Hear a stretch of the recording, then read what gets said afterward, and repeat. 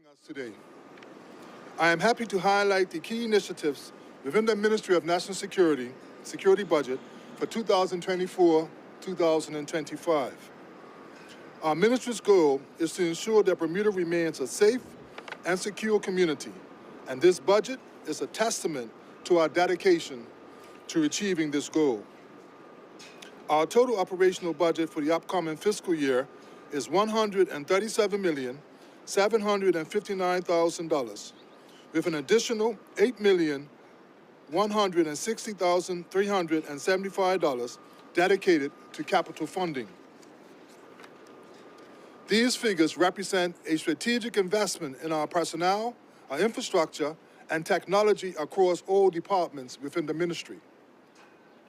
Starting with the ministry headquarters, we are investing an additional $450,000 to support the recruitment of 2 crucial cybersecurity posts for our cybersecurity unit and a disaster coordinator in the Disaster Risk Reduction and Mitigation Team, which is responsible for bringing together multiple government agencies to plan for and mitigate against any potential disaster.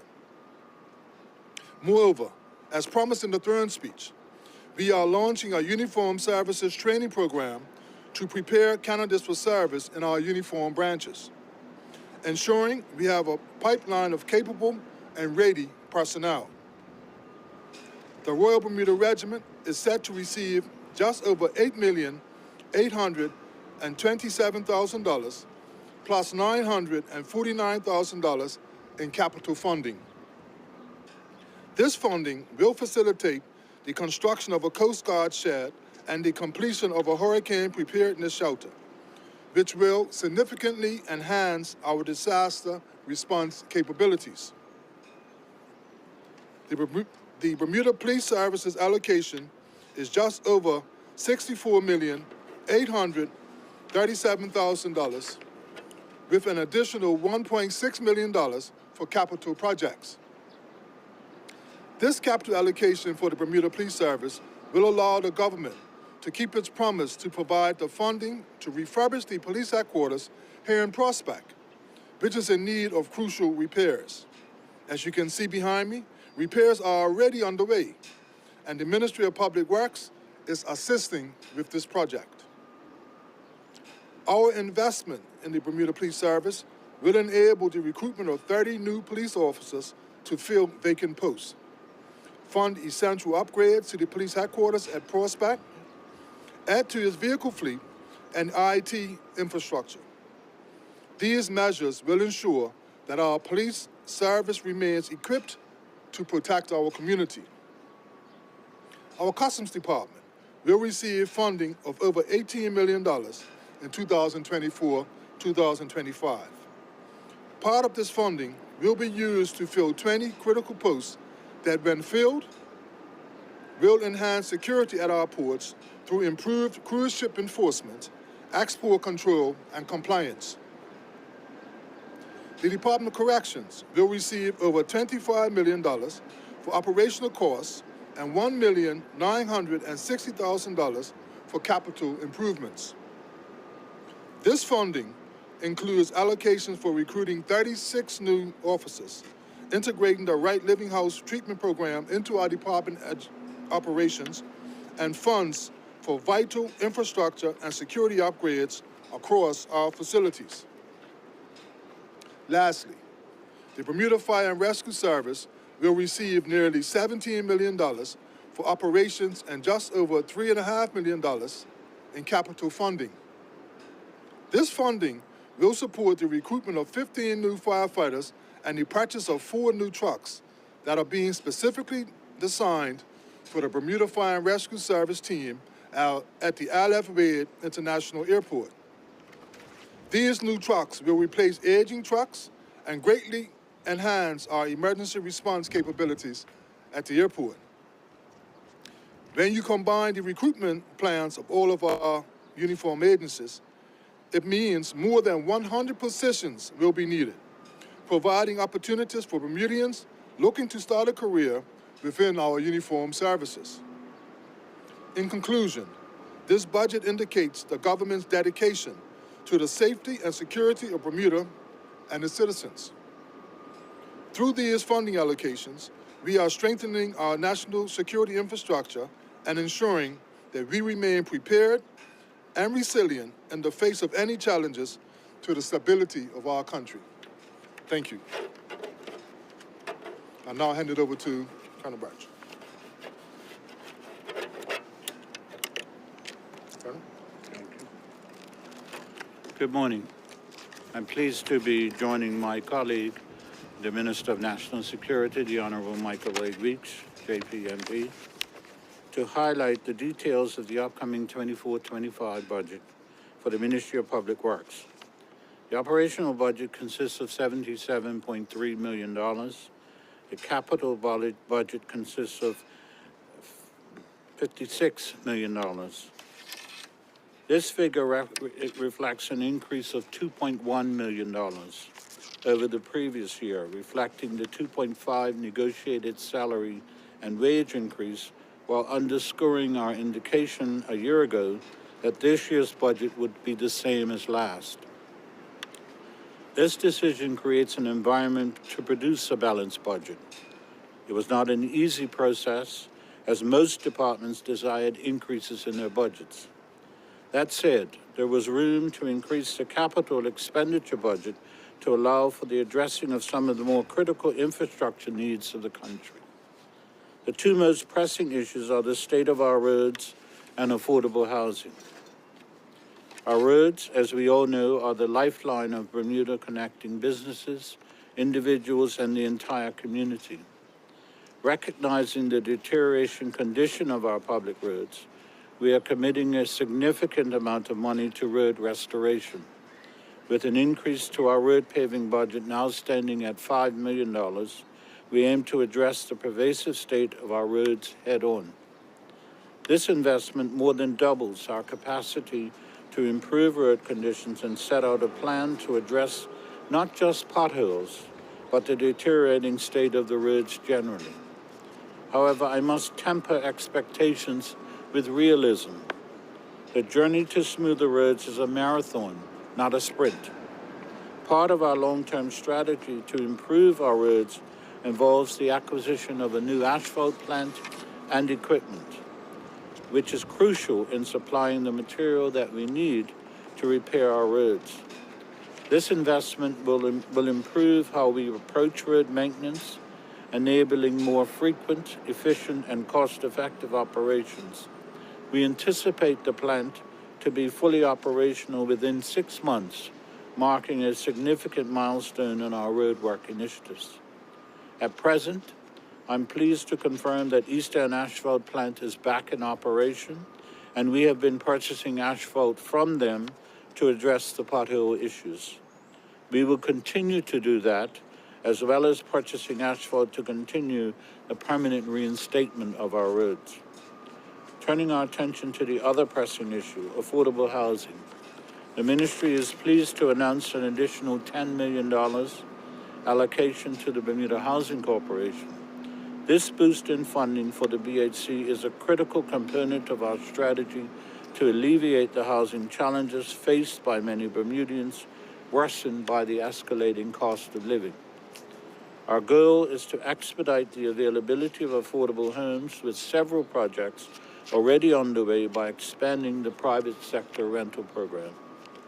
In order to accelerate the provision of affordable housing options for Bermudians, the BHC will embark upon an ambitious plan to refurbish privately owned units, place them in the housing inventory to recover the investment, and ultimately return them to their owners. The expansion of this source will increase the inventory of affordable housing without waiting to build new. In addition to these two areas, our budget includes improvement to critical infrastructure and environmental initiatives. These areas include the continued stabilization of the Tynes Bay Waste-to-Energy facility, the stabilization of major walls and rock faces along our highways, the commencement of work on the replacement of the swing bridge, the expansion of rooftop solar systems on government buildings, and the expansion of electric vehicle charging infrastructure. In conclusion, the Ministry of Public Works budget for 2024-25 fiscal year is a blueprint for progress designed to address immediate concerns while laying the groundwork for a resilient, sustainable future. These are just some of the items that next year's budget will cover and will be expanded further during the budget debates in the House of Assembly over the next few weeks. Thank you.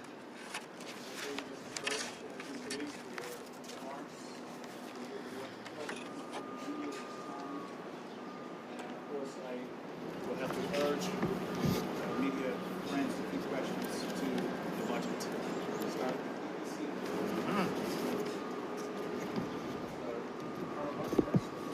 Yes, I'm happy to speak to Lieutenant first.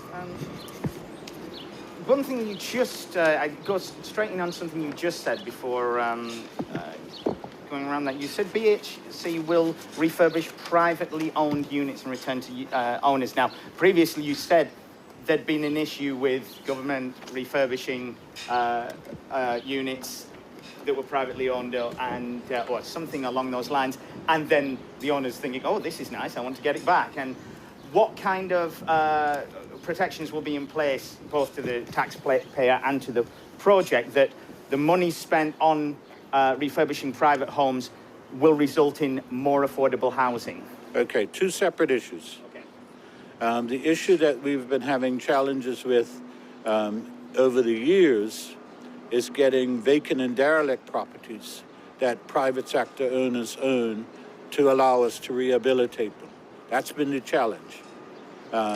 This issue is for people who have units that need just minor refurbishment, and we will carry out those refurbishments, and they'll put them into the housing stock. We'll be the landlord, we'll secure the tenant, we'll guarantee the rent, and we'll guarantee handing the property back in the condition that it is.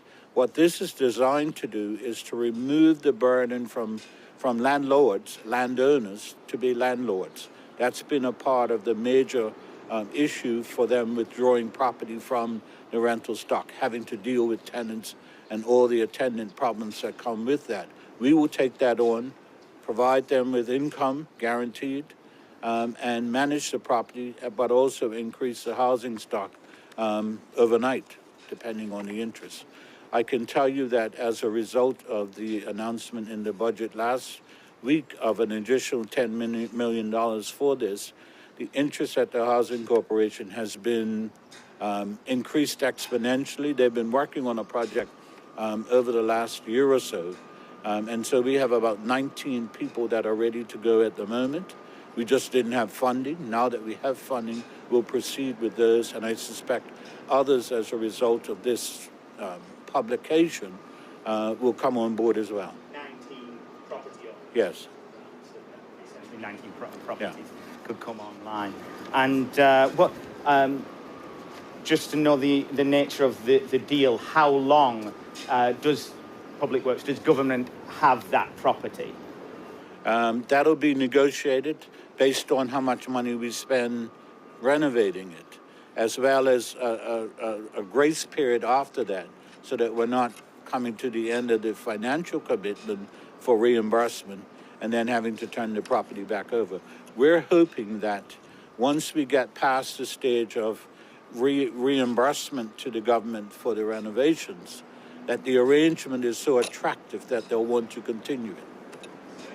And so you've got those 19 that you may hope will come online. Mm-hmm. Over the next year with the potential private properties that will come into affordable housing, plus the renovations of government's own units, what are you hoping for by the end of this budget year in terms of properties? The minimum that I have in my head is 60, which is an optimistic number, but it depends on a number of factors. I'll accept more than that if we can, and we'll push to be able to do that. If there is significant response from the private sector to increase that number greater than that, then we will certainly work with them to be able to accomplish that.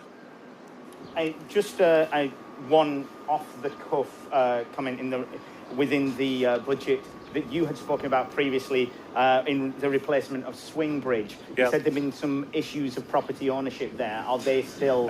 They're a work in progress, but the work and money that we're going to spend next year, I think it's $2.7 million that's in the budget for next year. That's to establish the actual details of building the bridge and setting out the groundwork for being able to go out to tender. And so we have about 3 years, I believe, before Swing Bridge comes to the end of its natural life. And so we've allocated money over the next 4 years, over the next 3 years, to cover that. And speaking on the roads, obviously the subject of the moment, whatever budget is put towards that, things like what happened only this week of major downpour and the work that had been done essentially being undone. Yeah. What kind of loss, can you estimate what kind of loss there's been just from an instant like that? I have no idea. But it's the nature of the beast. Unfortunately, my power does not extend to controlling the weather. And so it's something we have to live with. We've had amounts of rain over the last 13 months that are historic, and we will work through it. Is there anything that can be done in terms of any other measures you can take to mitigate the risk of that? Of work being undone? Repave the roads. Since one of those locations, my final question to the Minister, one of those locations was in a bus stop. One thing I was curious about, there's been some talk about the impact of the weight of the new electric buses. I just wanted to know, and if you refresh my memory, what kind of discussion there was with Public Works about the new buses that were coming in and their possible impact on the roads because of their increased weight, particularly the buses with 3 battery units. There were no discussions to my knowledge. No discussions? No discussions. Between Transport and Public Works? No. Do you think there should have been? Well, there is weight restrictions in law, and I'm sure that those vehicles will fall within those weight restrictions. And so there's no need for a specific collaboration on the import of electric buses if they meet the weight restrictions. Thank you. Minister, good afternoon. Going back to the pothole issue, you just said that to mitigate the problem of recurring potholes is to repave the roads. Yeah. How much money have you allocated to that? And I know you said last year that I think it costs about $1 million a mile. Why aren't you putting more money into that? So that we can pave more roads. Sorry? So that we can pave more roads. Sure. So how much money is being allocated to actually, resurfacing the whole road rather than just filling in potholes? Well, it's not $5 million that's been allocated for just potholes. Both of them are included in the $5 million. Right. That's double what we had last year. Okay. Yeah. Now, you mentioned the Swing Bridge, and you said that it's now going to come to the end of its natural life in 3 years, I believe you said. But last year it was stated, or it had earlier been predicted that it was going to come to the end of its life in 2021. Yeah. So, and is it still safe, basically? Yes. Yeah. So in 2021, we done rehabilitation works on Swing Bridge. And in 2023, we done work on Swing Bridge. Most of this work was carried out by the same people who have designed the new bridge.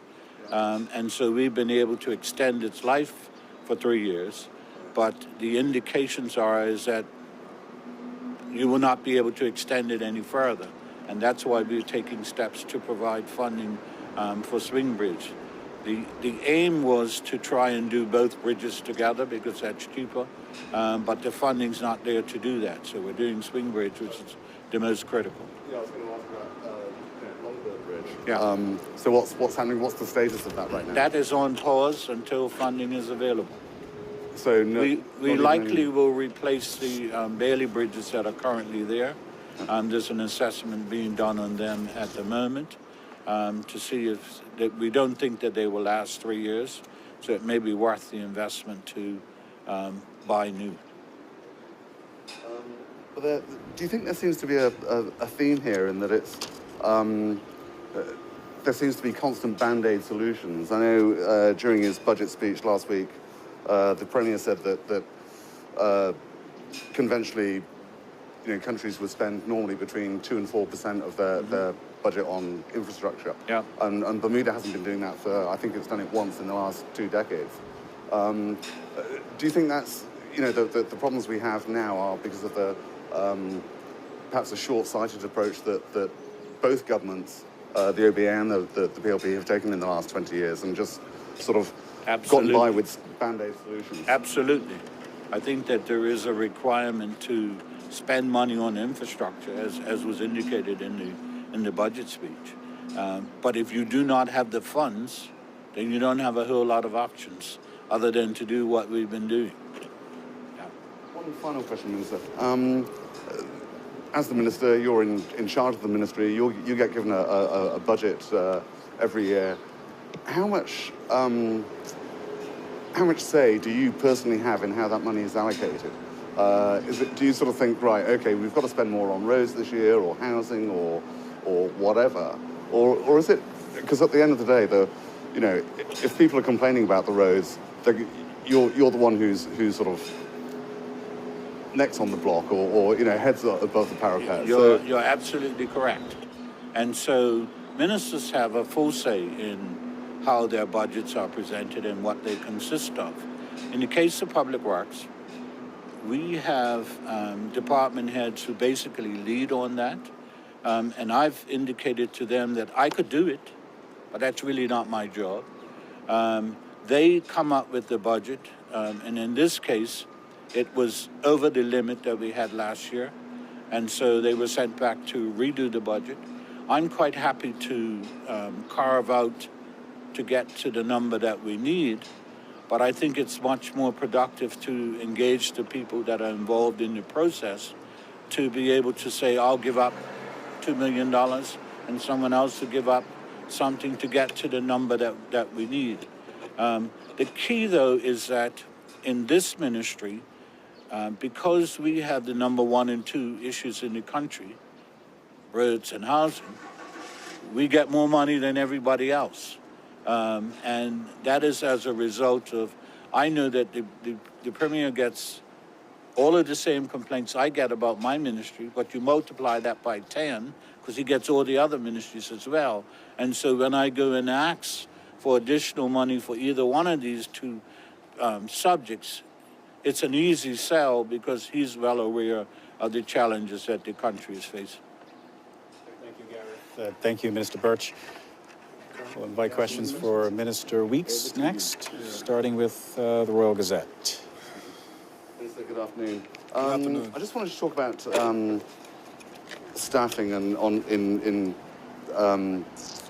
various parts of your ministry. And just to clarify, you talked about cybersecurity officers. Yes. And we understand that the calls have been made for some years about the need for 2 IT security officers.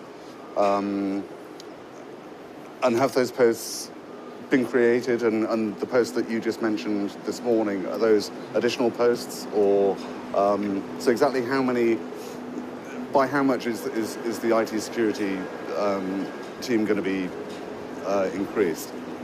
Well, the cybersecurity posts that I just mentioned in my budget statement are the 2 posts that are being filled.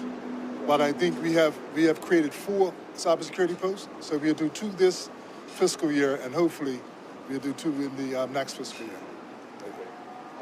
You mentioned that the budget also allows you to recruit an additional 30 police officers. To what extent is the police service understaffed at the moment, and how many police officers does it need to be at full strength? Will 30 bring it up to full strength, or is it going to be still under strength, and how many officers does it actually need? Well, the required number for the police service, as we understand, is 400. They are now, I think they're hovering around 375, 376, but that's give and take with people retiring, resigning, and the like. So recruitment is really an ongoing process. With customs, you mentioned 20 additional posts, and that's going to improve enforcement at customs. Does that suggest that Bermuda's borders are lax at the moment? If security needs to be improved, I suppose you could say that there's always room for improvement, but are we vulnerable to, I don't know, drug importation and that sort of thing? How bad is the situation? Well, it's not bad, but like you said, there's always room for improvement. And as it stands now, there's a lot of overtime being incurred, not only in customs, but in other uniform services until we get the numbers up to where they should be, ideally. Now, still on the subject of customs, as I'm sure you've seen, there's been stories in the media about people raising complaints about customs officers and an abuse of power and that sort of thing. Are you aware of that situation? Have you spoken to the head of customs? Are you satisfied that processes are being observed and followed correctly? Well, the processes are being looked at, and yes, I have spoken to the head of customs, but I must make clear that 99% of the custom issues that occur are fixed without any problem at all. So it's a small number of people that have an issue with the customs process. Minister, and one final question. Again, the same question I asked Lieutenant Colonel Birch. How much influence do you have as Minister to say where the funds are allocated? Well, the budget process is an ongoing one, and prior to us finalizing the budget, I meet with all my department heads, be that the Commissioner of Police, the Corrections, Customs, Fire, and the like. So I am very much hands-on in how the money is allocated, but as the Minister had said earlier, it's something that we do with our technical people and our experts, but we are definitely a part of the final process. Thank you, Gareth. And now we'll take questions from Bermuda Broadcasting. Good afternoon, Minister. Good afternoon. Speaking on the two cybersecurity posts, was it already the plan to start to fill or create those posts prior to the cyber attack, or is this in response?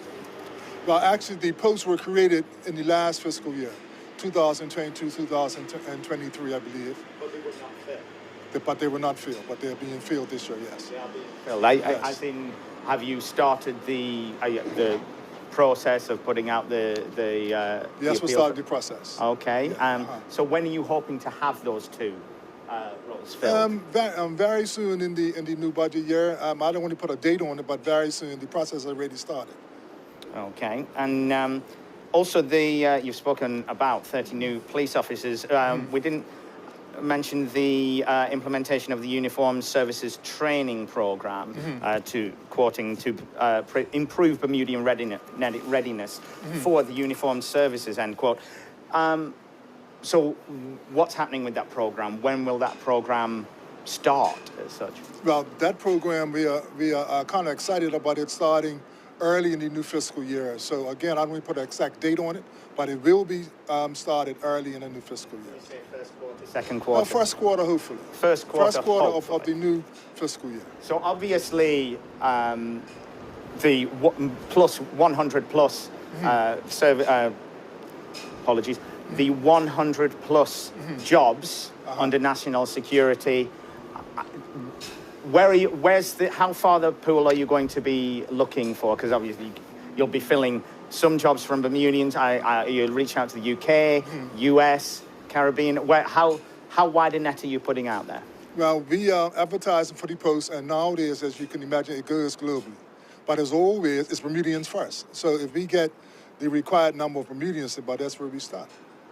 Yeah, so it's always going to be Bermudians first. When you start this program, do you have any idea, this program for unified services, do you have any idea of how many people will be able to be on the program at one time? Not yet, not yet. But I'm looking at perhaps around 40 or 50 people who could enter the program to help them job ready. I help them to become job ready. Okay. And